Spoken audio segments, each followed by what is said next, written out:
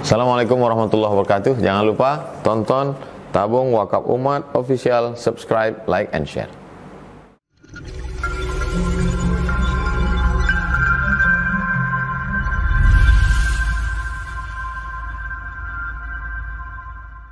وعلى آله وصحبه وسلم تسليما كثيرا كثيرا. اللهم أخرجنا من ظلمات الوهم وأكرمنا بنور الفهم، وافتح علينا بمعرفة العلم وسهل أخلاقنا بالحلم، وانشر علينا من فضائل رحمتك. سبحانك لا علم لنا إلا ما علمتنا إنك أنت العليم الحكيم. رب اشرح لي صدري ويسر لي أمري واحلل عقدة من لساني يفقه قولي. اللهم اجعلنا ممن يستمعون القول فيتبعون أحسنه. اللهم لا سهل إلا ما جعلته سهلا وأنت تجعل الحزن إذا شئت سهلا. Alhamdulillah, senantiasa kita bersyukur kepada Allah Subhanahu wa taala atas segala limpahan nikmat dan karunia-Nya yang tak terhingga, sehingga kita dapat kembali beristiqamah di dalam melaksanakan perintah Allah Subhanahu wa taala, salat fardu maghrib secara berjamaah, kemudian duduk di majlisul ilmi, majlis yang mulia, majlis yang dicintai oleh Allah Subhanahu wa taala, majlis yang dibangga-banggakan oleh Allah Subhanahu wa taala di depan para malaikatnya. Mudah-mudahan setiap langkah kaki dan ayunan tangan, setiap niat dan amal yang salih selalu menjadi nilai yang istimewa, pahala yang berlipat ganda di sisi Allah Subhanahu wa taala. Amin ya rabbal alamin. Bersalawat dan salam tak lupa kita ucapkan kepada junjungan alam, Nabi yang agung, Rasul yang mulia, baginda Muhammad sallallahu alaihi wasallam, dengan mengucapkan Allahumma salli ala sayyidina Muhammad wa ala ali sayyidina Muhammad. Assalamu alayka ya Rasulullah, assalamu alayka ya Habiballah. Mudah-mudahan dengan senantiasanya kita bersolawat kepada beliau dan mengikuti sunnah-sunnahnya, insyaAllah kelak kita mendapatkan syafaatnya, syafaatul kubra, syafaat yang dinanti-nantikan. Pada hari itu tiada seorang nabi pun yang dapat memberikan syafaat kecuali syafaat yang datang melalui baginda Muhammad sallallahu alaihi wasallam. Hadirin wal hadirat, Bapak Ibu jamaah salat fardu maghrib Masjid Al-Firdaus yang insya-Allah kita semua dimuliakan Allah Subhanahu wa taala. Adapun tema yang akan disampaikan sesuai dengan apa yang telah disepakati, yaitu tentang fikih Yaqut Nafis fi mazhab Ibni Idris Asy-Syafi'i. Jadi yang kita bahas ini adalah tentang fikih ibadah khususnya. Kita mulai pembahasan ini dari pembahasan basmalah dan hamdalah. Lil itba', karena mengikuti, mentauladani Rasulullah sallallahu alaihi wasallam.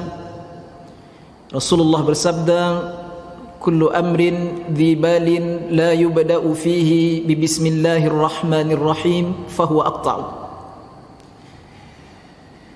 Setiap pekerjaan yang baik-baik, setiap pekerjaan yang berfaedah, bila tidak dimulai padanya bismillahirrahmanirrahim fahuwa aqta'u, maka terputuslah pekerjaan itu dari keberkahannya.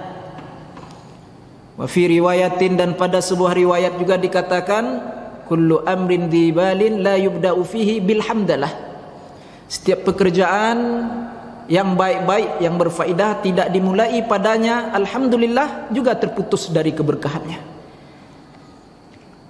Hadirin wal hadirat, Bapak Ibu yang dimuliakan oleh Allah Subhanahu wa taala, maka kita mulai pekerjaan yang berfaedah ini yang mulia ini dengan mengucapkan Bismillahirrahmanirrahim. Sebelum kita masuk kepada tema pembahasan, ada perlunya kita ketahui bahwasanya belajar ilmu fikih, terutama fikih ibadah, hukumnya adalah fardu aini. Fardu ain, wajib kita setiap orang yang muslim, yang Islam, baligh, berakal, yang sudah mukallaf, belajar ilmu fikih. Ada 3 bidang ilmu yang wajib dipelajari. Rasulullah sallallahu alaihi wasallam bersabda dari hadis Anas bin Malik radhiyallahu anhu. Hadis Anas bin Malik radhiyallahu anhu. Talabul ilmi faridatun ala kulli muslimin. Menuntut ilmu itu menjadi kefarduan, wajib hukumnya bagi tiap-tiap yang muslim. Maka para ulama al-fuqaha mensyarahkan, menerangkan hadis ini. Bidang ilmu yang wajib dipelajari itu ada 3 bidang ilmu. Yang pertama akidah. Yang pertama bidang ilmu akidah. Yang kedua fiqh, insyaallah, yaitu bidang ilmu yang akan kita pelajari. Ini yang kedua, fikih. Yang ketiga dikatakan juga ilmu akhlak, ya, bidang ilmu tasawuf. Jadi kalau fikih dia membahas yang zahiri, ya, yang hissi, ya. Adapun ilmu tasawuf, bidang ilmu tasawuf dia membahas tentang batiniyah, yaitu ma'nawiyah. Kalau fikih kita kaji, dia akan membahas hal-hal di luar badan, ya Bapak Ibu. Seperti najis-najis yang menempel di badan, darah, nanah, segala macamnya. Di pakaian, di tempat kita ibadah, salat. Adapun ilmu tasawuf, ya, ilmu yang membahas al-batiniyah, ya, ilmu yang membahas hati, bagaimana cara membersihkan hati dari kesyirikan, membersihkan hati dari najis-najis hati seperti sum'ah, riya, dengki, hasad, segala macamnya. Bagaimana cara membersihkannya?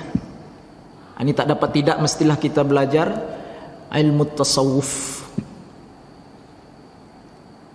Kalau sekedar kita mempelajari yang di luar badan, mudah Bapak Ibu membersihkannya. Najis menempel di pakaian, di badan, di tempat kita salat, mudah membersihkannya. Dia nampak, ya, bisa dicuci. Adapun najis-najis di dalam hati ini tak nampak, susah membersihkannya. Bukan sama dengan membersihkan najis-najis di luar badan. Jadi khusus, ya, ada bidang ilmunya. Itulah dia ilmu tasawuf. Jadi 3 bidang ilmu ini wajib kita pelajari. Baik, kemudian kita lanjutkan pada tema pembahasan kita. Tadi kita berbicara tentang pekerjaan yang baik dimulai dengan basmalah, Bismillahirrahmanirrahim, atau Alhamdulillahirabbil alamin. Kemudian pembahasan yang pertama sekali dibahas di dalam ilmu fikih, Bapak Ibu yang dimuliakan Allah, bukanlah air, bukan taharah, bukan istinja, tetapi bismillah walhamdulillah. Nah, itu karena lil itba' tadi, karena mengikut, mentauladani Rasulullah sallallahu alaihi wasallam. Kemudian bismillahirrahmanirrahim dibagi hukumnya menjadi 5 ahkam, 5 hukum. Maka dikatakan di dalam kitab I'anatut Talibin. Ini kitab yang lumayan besar juga, dikaji di pondok-pondok pesantren. Tak ada orang yang tak kenal kitab I'anatut Talibin yang dituliskan oleh Al-Imam Al-Allamah Sayyid Abu Bakar Shatta. Ya, beliau ini wafat pada tahun 1310 Hijriah. Ya, ulama yang terkenal sekali di dalam mazhab Imam kita Asy-Syafi'i. Di dalam kitab I'anatut Talibin dikatakan hukum membaca basmalah itu, Bismillahirrahmanirrahim, annaha taghtariha al-ahkamul khamsah. Ada padanya terdapat 5 hukum. Yang pertama, ada kalanya basmalah, bismillahirrahmanirrahim, kita baca hukumnya menjadi wajib. Wajib dibaca. Kalau tak dibaca, tak sah ibadah, terutama salat. Seumpama membaca bismillahirrahmanirrahim di dalam surah Al-Fatihah di dalam salat. Seperti membaca bismillahirrahmanirrahim di dalam surah Al-Fatihah di dalam salat. Kalau di luar salat, tak wajib. Di dalam salat, di dalam mazhab kita, wajib menjadi satu ayat dari surah Al-Fatihah. Maka jika seseorang tidak membaca basmalah, bismillahirrahmanirrahim, di dalam membaca surah Al-Fatihah di dalam salatnya, kemudian la yasihhu, tidak sah salatnya. Tidak sah salatnya. Imam makmum sama menurut mazhab Imam Asy-Syafi'i kita. Ini kita berbicara fikih spesifik di dalam mazhab Imam Asy-Syafi'i. Kita tak singgung mazhab lain. Mazhab kita mazhab Imam Asy-Syafi'i. Karena saya lihat Masjid Al-Firdaus kita ini kental sekali. Ya, memang Syafi'i tulen saya tengok. Habis solat berzikir bersama-sama. Itu dah Syafi'i itu, Pak. Syafi'i itu. Itu ciri-cirinya, Pak. Pergi ke masjid orang, sholat di masjid orang, tengok aja imamnya itu. Kalau sosoknya itulah lain pula itu mazhabnya itu. Ya. Tapi kalau berbunyi dia wirid sama-sama, zikir sama-sama, berdoa pula sama-sama. Ya. Jamaahnya tak ada yang buru-buru keluar. Ya, duduk sabar semuanya. Oh, itu luar biasa. Itu luar biasa. Itu Syafi'i itu lah. Nya doa assalamualaikum, assalamualaikumnya kabur Pak. Ya. Kabur langsung imam assalamualaikum warahmatullah. Assalamualaikum warahmatullah. Hanya pun tegak keluar langsung. Ini bukan sunnah ini Bapak Ibu, ini punah namanya. Yang sunnah itu imam assalamualaikum, duduk sejenak zikir. Hadisnya sahih-sahih, zikir setelah sholat 5 waktu itu hadisnya sahih-sahih. Oh, saya tidak mau berjamaah bareng imam Pak Ustaz, bid'ah. Oke, mojok dong. Tuh, mojok dulu di tepi-tepi, menyendiri, zikir dulu, baru pergi. Itu sunnah. Kalau habis salam langsung pergi, itu punah namanya Pak, bukan sunnah. Tapi sebaik-baiknya bersama imam lah. Bareng sama imam, sampai doa lah, sampai walhamdulillahi rabbil alamin, sampai mengusap muka imam doa, barulah kita tegak. Kalau perlu salam-salaman dulu. Hadisnya umum, ma min muslimaini yaltaqiyani fayatasafahani. Tidaklah 2 orang yang beriman, 2 orang yang muslim bersalaman, digugurkan dosa-dosanya tuh. Selama mana dia bersalaman, selama itulah digugurkan dosanya. Umum, mau habis sholat, di mana aja lah berjumpa, bersalaman, hadis itu umum. Jadilah siap salam imam, kalau bisa sabarkan diri. Allah katakan di dalam Al-Quran, Allah yang perintahkan. Nyatanya hadisnya lagi Allah memerintahkan.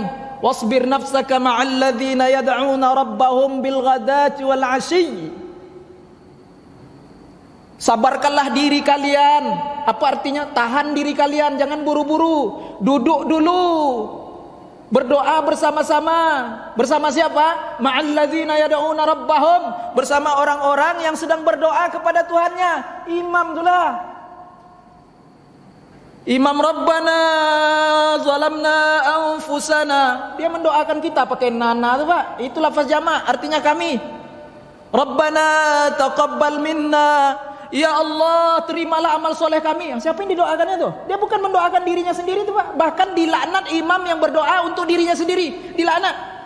Allah laknat. Kemudian dia berdoa lah, Rabbana taqabbal minna, ya Allah terimalah amal soleh kami ya Allah. Kita di belakang sebagai makmum sabar dulu, jangan kemana-mana, karena imam mendoakan kita. Etika, adab. Amin. Tuhan. Kok ada orang semakin ngaji Pak, semakin rajin menghadiri majelis-majelis ilmu, semakin tak joleh adab etika Pak. Kalau sholat paling pengen saf depan Pak. Kalau sholat paling cepat ke saf depan milihnya. Pas salam semua orang di langkahnya. Assalamualaikum, dipijak-pijak Pak, enggak dipijak, ada langkah-langkah orang-orang tua, orang enggak ada adab, tak ada etika. Aku banyak aku Pak gini kok. Siapa tuh Pak Ustadz? Saya nak sebutkan orangnya. Pokok nampak Bapak tuh, itu dia tuh. Nampak model itu orangnya, itu dia tuh. Yang saya bilang tuh. Bapak Ibu yang dimuliakan Allah Subhanahu wa taala. Kembali kita pada pembahasan tadi. Bismillah yang hukumnya wajib, yaitu Bismillahirrahmanirrahim yang kita baca di dalam surah Al-Fatihah di dalam salat. Kalau tak baca tak sah. Jadi kalau imam tak baca basmalah di dalam mazhab Imam Syafi'i, tidak sah kita ikut dia. Dalam mazhab Imam Syafi'i, tidak sah kita ikut dia. Imam tak baca basmalah Fatihahnya. Sedangkan kita selama ini berkeyakinan di dalam mazhab Imam Syafi'i fikih ibadah kita yang meyakini bahwasanya basmalah itu, Bismillahirrahmanirrahim itu adalah satu ayat dari surah Al-Fatihah. Rukun dibaca itu. Nanti kalau kita masuk ke rukun kauli pula Pak, masuk basmalah itu sekaligus dia. Rukun kauli itu. Kemudian Bapak Ibu yang dimuliakan Allah, gimana nih Pak Ustaz? Seandainya ada imam nyasar ke Masjid Firdausnya, imam tetap tak ada imam nyasar datang, entah dari mana dia kan, disuruhlah jadi imam. Rupanya tak baca basmalah kawan itu. Padahal di Masjid Al-Firdaus ini jamaahnya jamaah Asy-Syafi'iyah. Mazhab yang dianut adalah mazhab Asy-Syafi'iyah. Diwantai tak baca basmalah, ini tak boleh juga Pak. Salah etika juga di dalam mengamalkan mazhab. Kita mesti bawa ke mayoritas, mazhab mayoritas. Jangan bawa mazhab yang tidak dipakai, kita masukkan ke mayoritas. Ini aneh nanti dia. Beda sendiri nanti. Mayoritas kita, jamaah kita di masjid kita ini Al-Firdaus ini adalah Asy-Syafi'iyah. Kemudian dibawanya mazhab-mazhab lain. Ya. Bukan salah, betul. Masing-masing mazhab ada dalilnya, betul semuanya. Cuma masalahnya kita selama ini meyakini bahwasanya basmalah itu adalah satu ayat dari surah Al-Fatihah. Kemudian imam ini tak baca basmalah, kita ikutkan juga, tidak sah salat kita dong. Jadi gimana solusinya Pak Ustadz kalau tiba-tiba ada imam seperti itu Pak Ustadz? Dua solusi. Yang pertama mufarakah. Ketika imam tak baca basmalah, Bismillahirrahmanirrahim, kalau kita belum takbir, kemudian kita tak perlu niat ikut imam atau menjadi makmum. Alhasil mufarakah dah tuh, udah pisah dari imam. Paksa juga ikut tidak sah salat. Karena ilmunya cuma satu saja Pak. Dia meyakini Bismillah adalah satu ayat dari surah Al-Fatihah. Masih selevel itu ilmunya makmum tadi. Mesti mufarakah dia. Kalau dia dengar imam tak baca basmalah padahal sudah takbir, dia masih bisa diniatkan. Ya. Masih bisa diniatkan tidak ikut imam. Jadi hati-hati nih Pak. Kita sholat nih Pak, sudah siap takbir, niat ikut imam jangan lupa. Niat ikut imam jangan lupa. Aku sholat fardu maghrib. 3 syarat itu di dalam sholat fardu Pak. Di dalam takbiratul ihram wajib 3 itu aja. Aku sholat fardu isya, aku sholat fardu subuh, 3 itu aja. Setelah akbar boleh mengikut imam, menghadap kiblat, 2 rakaat lillahi ta'ala boleh. Setelah akbar tidak apa-apa diniatkan itu. Yang wajib di dalam niat itu, di dalam takbiratul ihram itu 3 saja. Qasad, ta'arrud, ta'yin. Aku sholat fardu zuhur, aku sholat fardu maghrib. Itu yang wajib. Sisanya sunat. Tapi ingat, setelah akbar kita tidak niat ikut imam atau jadi makmum, yang tidak dapat pahala ikut imam. Masalah yang tadi sama juga, imam tak baca basmalah, kita mufarakah dari dia. Alhasil yang tidak dapat pahala ikut imam, pahala kuduah tidak dapat. Pahala ikut imam tak dapat Pak. Tapi pahala sholat berjamaah tetap dapat. Pahala kita sholat beramai-ramai di masjid, berjamaah di masjid itu tetap dapat. Yang tak dapat itu pahala kuduah imam, pahala mengikut imamnya beda-beda pahalanya Pak. Pahala ikut imam ada pula pahalanya. Pahala sholat beramai-ramai di masjid ini ada pula pahalanya. Melangkahkan kaki dari rumah ke masjid ada pula pahala tersendiri. Melangkahkan kaki kanan sholat tahiyatul masjid ada pula pahalanya tersendiri. Bapak Ibu yang dimuliakan Allah, satu solusinya apa tadi? Mufarakah. Kalau imam tidak baca basmalah. Yang kedua solusinya, makmum ini tetap sah sholatnya, tapi dia tahu dalil, rujukan referensi. Seperti itu Pak. Atau dia sudah pernah belajar langsung dengan guru, bukan lewat YouTube, ya. Atau dia pernah belajar, udah tahu hukumnya, sudah tahu pula perbandingan mazhabnya, maka orang seperti ini boleh tetap mengikuti imam seperti itu. Dia ngerti 4 mazhab Pak. Atau dia tahu setidak-tidaknya mazhab yang tak baca basmalah itu. Mazhab siapa? Maliki. Mazhab Maliki tak baca basmalah. Oh dia tahu, oh ini mazhab Maliki, aku dah pernah belajar, ini dalilnya ayat Qur'annya, ini hadisnya. Oh lah bentuk orang alim godangnya Pak, menjelaskannya. Dia boleh ikut imam tuh. Itu pula hebatnya orang mengaji nih Pak, keutamaannya. Boleh dia ikut. Yang awam-awam nih, ya itulah tadi itu yang pertama tadi itu.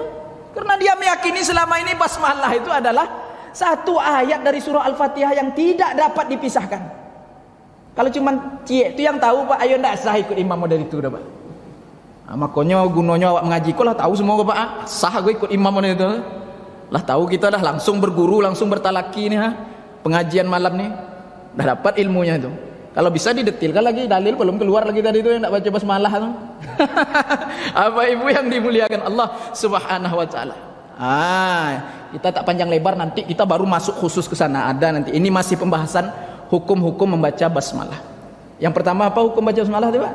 Wajib. Yang kedua, ada kalanya basmalah ini kita baca Bapak Ibu, hukumnya istihbab, al-istihbabu ainah. Sunat masing-masing membaca. Sunat aina namanya Pak. Istihbabu aina. Sunat masing-masing membaca. Tiap-tiap orang sunat membaca. Seperti membaca Bismillahirrahmanirrahim sebelum atau di waktu membasuh telapak tangan hendak berwudu. Sewaktu kita melakukan hal-hal sunnah sebelum berwudu kan cuci telapak tangan dulu tuh sampai pergelangan tangan. Baca Bismillah. Itu sunat tuh. Sunat masing-masing baca tuh. Sunat masing-masing baca. Tiap-tiap orang sunat baca. Itu istihbabu aina. Atau membaca doa bangun tidur yang kita baca setiap pagi itu sunnah baca tiap-tiap orang tuh. Ya, bukan kifayah itu doang. Bini dah baca Pak Ustaz, saya kan tak perlu baca lagi. Tak betul tuh. Ya. Atau suami saya dah baca Pak Ustaz, saya tak perlulah baca lagi. Tak betul. Ya.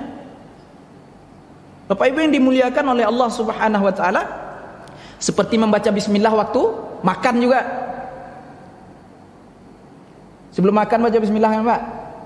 Bismillahirrahmanirrahim. Hukumnya apa tuh? Istihbabu aina. Masing-masing sunat membacanya. Nah, itu hukum basmalah yang kedua. Ya. Itulah tadi hadisnya. Setiap pekerjaan yang baik-baik, kalau kita tak mulai dengan bismillah, terputuslah pekerjaan itu dari barakahnya. Apapun yang mau kita lakukan Bapak Ibu yang dimuliakan Allah. Intinya pekerjaan yang berfaedah, yang baik-baik, baca awali dengan basmalah. Ya, berkah.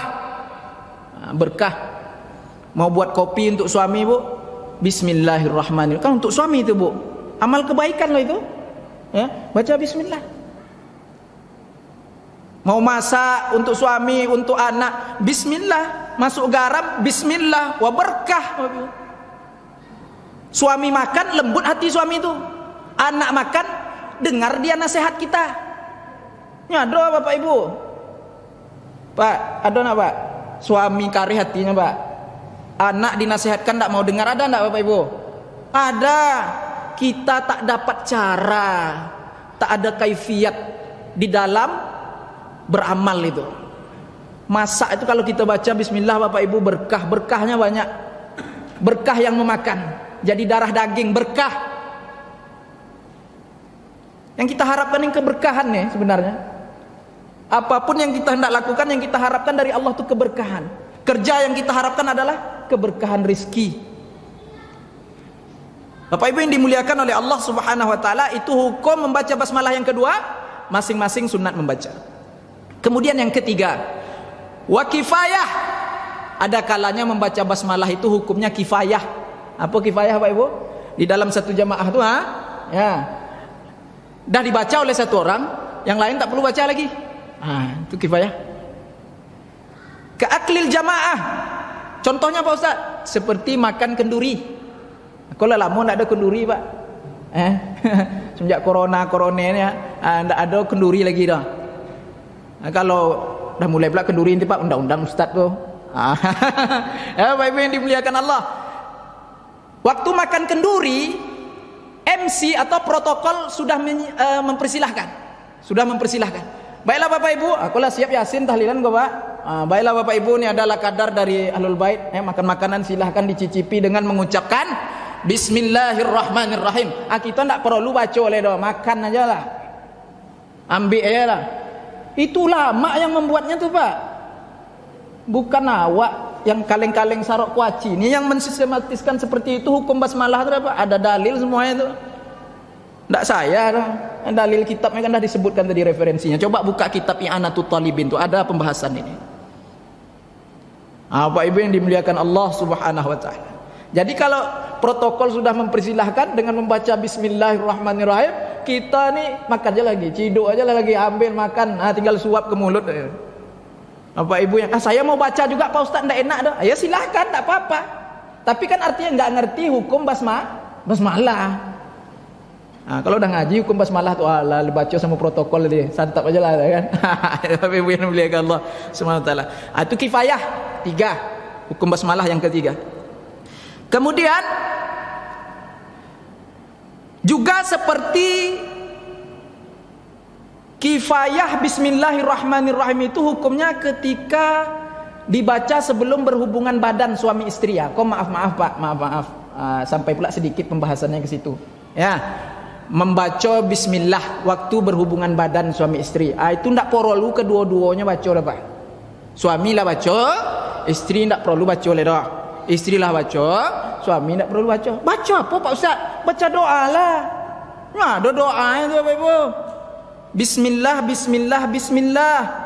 Allahumma jannibna syaitan wa jannibis syaitan. Itu doanya Bapak Ibu. Doa jima, doa berhubungan badan. Jangan sampai tak dibaca tuh anak jadi hantu belau kata orang Melayu. Bapak Ibu yang dimuliakan Allah Subhanahu wa taala, sunnah dibaca, berkah dia. Allah berikan berkah itulah bismillah tadi itu. Tapi kalau suami dah baca, istri tak perlu baca. Istri dah baca, suami tak perlu baca. Itu bismillah kifayah, hukumnya kifayah. Baik. Kemudian selanjutnya ada kalanya Bismillahirrahmanirrahim itu hukumnya menjadi haram az-zati. Haram az-zati. Baca bismillah haram, Pak. Loh, kok bisa baca bismillah haram ya? Ya iyalah. Dibaca tidak pada tempatnya. Seperti dia hendak melakukan hal-hal yang haram az-zati. Hal-hal yang haram sebenar-benar haram diharamkan di dalam Al-Quran, dilarang di dalam hadis. Itu haram az-zati namanya. Bukan yang kias, bukan yang fatwa, tidak ada. Haram az-zati. Seperti mau minum khamar, minum tua, whisky. Bacanya bismillah, Pak. Bismillahirrahmanirrahim. Ya kan? Haram hukumnya. Seperti mencuri, itu haram az-zati juga tuh. Berjudi, main domino taruhan, Pak. Dihontaknya batu domino, bismillah pula dibaca ya, Pak. Bismillahirrahmanirrahim, jangan. Kenapa? Biar berkah Pak Ustaz ya kan. Nggak ada berkahnya. Ada berkahnya. Haram. Bapak Ibu yang dimuliakan Allah Subhanahu wa taala. Waktu hendak berzina, bacanya bismillah. Haram. Itu haram az-zati semua itu. Bapak Ibu yang dimuliakan oleh Allah Subhanahu wa taala. Kemudian selanjutnya ada kalanya membaca basmalah Bismillahirrahmanirrahim itu hukumnya karahah az-zati, makruh. Seperti dia hendak melakukan hal-hal yang dimakruhkan secara az-zati. Jelas dikatakan di dalam Al-Quran dan hadis Rasulullah mengatakan sesuatu itu atau perbuatan tersebut adalah makruh. Seperti apa? Seperti makan jengkol, makan petai. Awalnya Bapak Ibu yang dilarang oleh Rasulullah itu adalah bawang. Ulam favorit sahabat ini, lalapan favorit sahabat ini adalah bawang sama pucuk bawang. Maka Rasulullah katakan dalam sebuah hadis yang sahih, man akala min hadhihi syajarah fala yaqrabanna musallana. Barang siapa yang makan buah atau pucuk dari pohon ini, maka jangan mereka dekat di musalla kami. Pohon apa itu? Para ulama mengatakan al-basal, pohon bawang. Wah, ini ulam favorit sahabat, Pak. Ada juga ulam favoritnya zaman sahabat tuh. Jengkolnya enggak ada zaman sahabat itu dong. Petai enggak ada. Nah, kalau sekarang ini apa? Itulah dia, jengkol, petai. Itu adik-beradik semua tuh. Dia juga masih itu. Dimakan berubah bau mulut menjadi busuk. Fala yaqrabanna musallana, kata Nabi.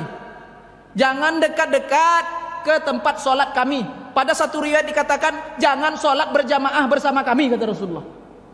Itu masalah bau mulut lah itu, Pak. Masalah durian wangi enggak, Pak? Itu enggak tahu, durian kurang paham juga saya. Yang jelas-jelas aja lah dulu. Ya, jengkol, petai itu joleh tuh. Busuk bau mulut dibuatnya. Masalah bau mulut saja Rasulullah larang ke masjid sholat berjamaah. Kenapa, Pak? Apa ilatnya? Alasannya kenapa? Karena mengganggu orang lain. Baunya tuh mengganggu manusia. Bukan hanya manusia yang terganggu, yang tersakiti, bahkan dikatakan malaikat juga terganggu, Pak. Sakit hati malaikat tuh. Lah makan jengkol, makan petai, ndak digosok gigi, ndak hilangkan bau. Salat dekat kawan, kau untung berjarak-jarak gini kau untunglah pakai masker. Ini seorang yang ternyanyo ya, pakai masker. Bapak Ibu yang dimuliakan Allah. Ikon ndak salat dekat-dekat kawan, bau mulut belum hilang. Baca Al-Fatihah ndak lo tanggung, alhamdulillah. Sebelah kawan naik sungut kiri kanan. Bapak Ibu, makruh. Jangan datang salat bersama kami, jangan dekat ke mushola kami, kata Rasulullah. Itu, Pak. Jadi orang yang baca bismillah ketika makan makanan yang makruh itu hukumnya makruh. Makan jengkol kok Ini waktu makan nasi itu, Pak, pertama-tamanya dibacanya bismillah. Itu enggak apa tuh, pasnya makan jengkol dibacanya lah bismillah. Itu enggak boleh tuh. Makruh. Itu, Pak, kalau kita balik ke cerita awal-awal corona dulu, Pak, sampai ada fatwa jangan sholat berjamaah dulu. Renggangkan saf jarang-jarang dulu. Apa tuh? Itulah dia tuh. Sedangkan bau bawang saja, Pak, bau mulut kita bawa ke masjid menyakiti orang lain ya. Rasulullah larang dekat-dekat musolanya. Rasulullah larang sholat berjamaah bersamanya. Apalagi membawa virus yang berbahaya, penyakit yang berbahaya. Itu kias namanya tuh, Pak. Hukum kias seperti itu tuh. Sekarang alhamdulillah lah mulai sejuk berita sedikit corona nih, Pak ya. Kadang-kadangnya tiba-tiba melonjak pula sendiri ya, Pak. Tidak tentu juga ada corona kok. Ya, Pak. Bapak Ibu yang dimuliakan Allah Subhanahu wa taala.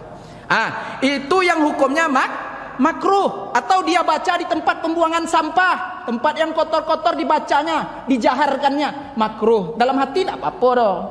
Dalam hati enggak apa-apa. Bapak Ibu yang dimuliakan Allah. Dalam WC makruh. Sama dengan baca bismillah dalam WC. Makruh itu hukumnya. Ya. Bapak Ibu yang dimuliakan oleh Allah Subhanahu wa taala. Kemudian ini sampai yang ke-6 tuh. Itu dah 5 tadi itu ya. Saya tambah satu lagi, al-ibahah. Ada kalanya membaca bismillah itu hukumnya menjadi ibahah. Boleh dibaca, boleh enggak. Seperti memindahkan barang dari suatu tempat ke tempat yang lain. Awak pindahkan trompa awak dari tompekku ke tompek itu, baca bismillah. Boleh baca, boleh enggak. Karena tak ada anjuran. Kalau mau baca pun bagus. Itu. Tapi yang baik-baik lah intinya, ya. Bukan memindahkan terompah orang yang cantik, diasingkannya ke itu lain pula tuh, haram pula lagi nanti itu. Ya Bapak Ibu yang dimuliakan Allah Subhanahu wa taala. Itulah 6 hukum membaca basmalah, bismillahirrahmanirrahim. Kemudian yang kedua kita bahas hamdalah, alhamdulillahirabbil alamin. Hukum membaca alhamdulillahirabbil alamin sama juga dengan hukum membaca basmalah tadi, Pak. Tidak perlu saya ulang-ulang lagi. Bapak ingat tadi kan? Itulah hukum membaca alhamdulillah pun sama, Pak. 5 sampai 6 hukum tadi. Ya. Kemudian di sini saya hanya ingin menyampaikan pembahagian alhamdulillah. Pembahagian di sini maksudnya Bapak Ibu, alhamdulillah itu kan puji-pujian. Puji-pujian kepada Allah. Maka puji-pujian itu dibagi pula menjadi 4 macam pujian. Ini harus mengaji juga, penting kita pahami Bapak Ibu. Cara memuji ini, siapa yang berhak dipuji? Kita makhluk manusia ini berhak tidak dipuji? Kadang kita nih suka dipuji, tapi tak pandai mengembalikan pujian. Bahaya itu. Karena kita tak ada hak sedikit pun untuk dipuji. Tak ada hak kita untuk dipuji dah, Pak. Kalau dipuji orang, cepat-cepat kembalikan pujian itu kepada Allah. Macam mana caranya, Pak? Alhamdulillah. Ucapkan cepat alhamdulillah. Ikon ndak mentok di diri sendiri, kombang hidung, bangga hati. Ndak boleh tuh. Tiba ujub nanti. Ujub. Hati-hati. Bapak Ibu yang dimuliakan Allah Subhanahu wa taala, yang pertama, puji-pujian Allah kepada dirinya sendiri. Puji-pujian Allah kepada dirinya sendiri. Allah memuji dirinya sendiri. Namanya hamdu qadimin li qadimin. Puji qadim bagi qadim, artinya Allah memuji dirinya sendiri. Tidak pasar qadim dah, Pak. Qadimun. Itu yang terdahulu ya. Itu artinya tuh. Allah memuji dirinya sendiri. Boleh Allah memuji diri sendiri, Bapak Ibu? Boleh dong. Karena alhamdulillahi rabbil alamin, segala puji lillah. Lam pada lillah itu maknanya adalah lam lit tamblik, menyatakan kepemilikan. Segala pujian itu, apapun bentuk pujiannya, milik Allah. Itu artinya, Pak. Bukan milik kita. Jadi kalau Allah puji diri sendiri, tidak apa-apa. Kalau kita puji diri sendiri boleh? Tidak boleh, dosa. Bapak Ibu yang dimuliakan Allah Subhanahu wa taala. Itu yang pertama. Sebagaimana firman Allah Subhanahu wa taala, ni'mal maula wa ni'man nasir. Itu Allah Subhanahu wa taala berfirman di dalam surah Al-Anfal ayat yang ke-40. Ni'mal maula, sebaik-baik pembimbing. Wa ni'man nasir, dan sebaik-baik penolong. Siapa yang berfirman itu? Allah. Allah memuji dirinya sendiri. Sebaik-baik pembimbing, sebaik-baik penolong, kata Allah. Akulah. Itulah istilah itu. Ya. Bapak Ibu yang dimuliakan oleh Allah Subhanahu wa taala, itu pujian yang pertama. Allah puji diri sendiri. Ya, hamdu qadimin li qadimin. Kemudian yang kedua, wa huwa hamdullahu li nafsihi. Wa hamdu qadimin li hadisin. Puji-pujian Allah terhadap hambanya. Ini yang kedua, Allah memuji hambanya. Sebagaimana firman Allah Subhanahu wa taala di dalam surah Shad ayat yang ke-30, ni'mal abdu innahu awwab. Sebaik-baik hamba, kata Allah, innahu, sesungguhnya dia, awwab, yang paling sabar, yang paling taat. Siapa dia? Di dalam tafsir dikatakan Nabi Ayyub alaihi salatu wassalam. Allah memuji Nabi Ayyub alaihi salatu wassalam. Itu artinya pujian Allah, puji qadim bagi hadis. Ini Bapak Ibu yang dimuliakan oleh Allah Subhanahu wa taala. Kemudian yang ketiga, ya,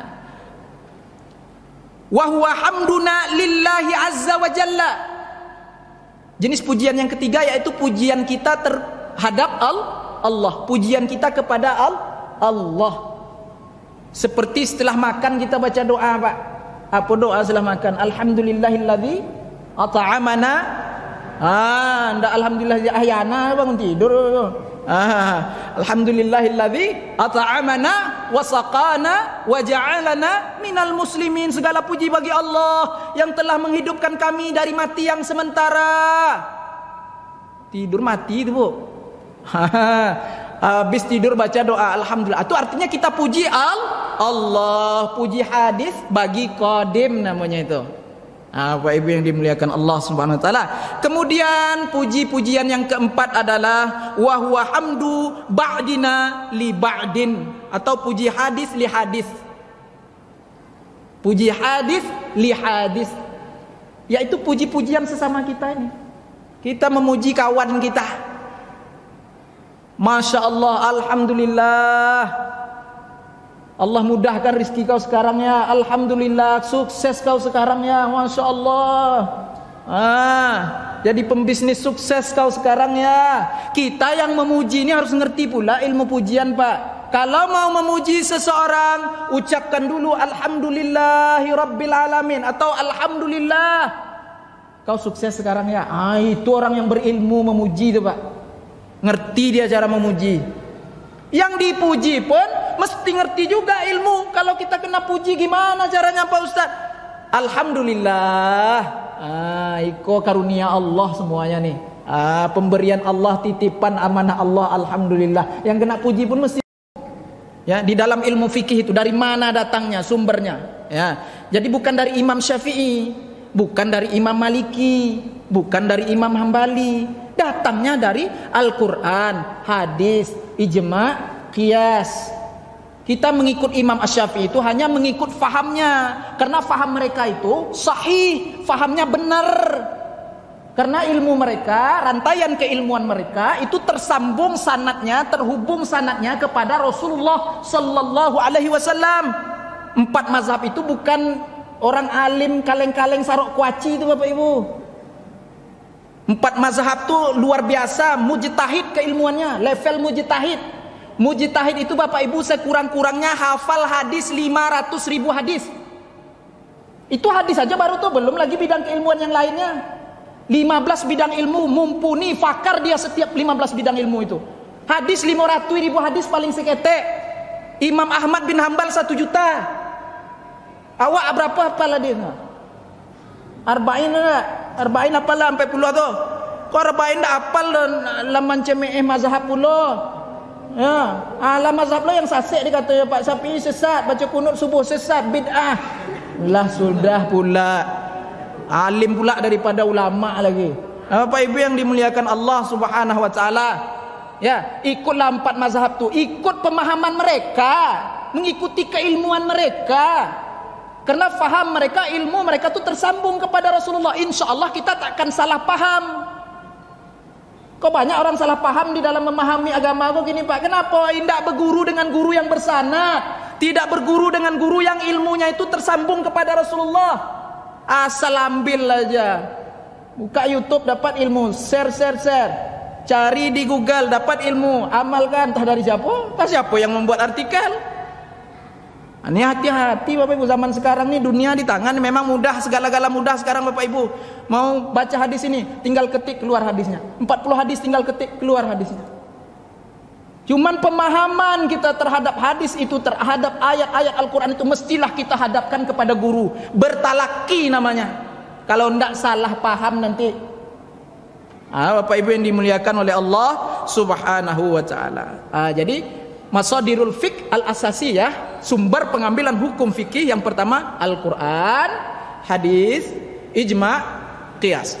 Nanti pertemuan yang akan datang kita berikan keterangannya satu persatu ya. Al-Quran apa, hadis apa, ijma' apa, qiyas apa. Hanya kita hari ini, malam ini kita berbicara tempat dasar pengambilan hukum fikih dulu. Itulah dia. Ya, waktu dah sampai. Bapak Ibu yang dimuliakan Allah, nanti pertemuan yang akan datang kita akan langsung membahas tentang toharah. Tentang toharah.